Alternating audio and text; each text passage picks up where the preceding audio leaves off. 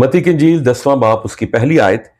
फिर उसने अपने शागिर्दों को पास बुलाकर उनको नापाक रूहों पर इख्तियार बख्शा कि उनको निकालें और हर तरह की बीमारी और हर तरह की कमजोरी को दूर करें। हालेलुया। खुदावंद यीशु मसीह जब किसी को बुलाता है और फिर खुदावंद यीशु मसीह उसको मुकर्रर करता है, उसको भेजता है। यहां पर खुदावंद यीशु मसीह अपने 12 शागिर्दों को बुला रहे हैं।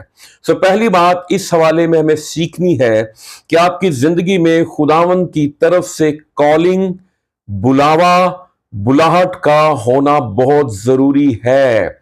खुदावंद जब तक ना बुलाए, खुदावंद जब तक कॉल ना करे, उस वक्त तक आप कहीं पर भी ना जाएं, ना खिदमत करें। और फिर जिनको वो बुलाता है उनको बेइख्तियार नहीं रहने देता, उनको बाइख्तियार बना देता है। हालेलुया।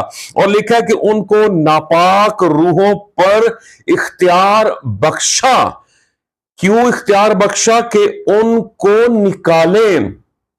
आप जब भी कोई वो स्पिरिट केस डील करें तो आपने उसके लिए दुआ नहीं करनी, उसके सर पे हाथ रख के गैर जुबानें नहीं बोलनी, बल्कि आपने उस नापाक रूह को, उस बुरी रूह को हुक्म देना है कि यीशु मसीह नासी के नाम से निकल जा, तो वो निकल जाएगी। हालेलुया। और हर तरह की बीमारी, एक बीमारी या दो बीमारी नहीं, या दो बीमारियां नहीं, हर तरह की बीमारी और हर तरह की कमजोरी को दूर करें। हमें उन लोगों को जो बीमार हैं, जो कमजोर हैं, जो बदरू गिरफ्ता हैं, उनकी जिंदगियों से नापाक रूहों को, बीमारियों को, कमजोरियों को दूर करने का इख्तियार दिया गया है। जो इख्तियार आपके पास है उसको इस्तेमाल कीजिए ताकि जिंदगियां बरकत पाएं। आमीन।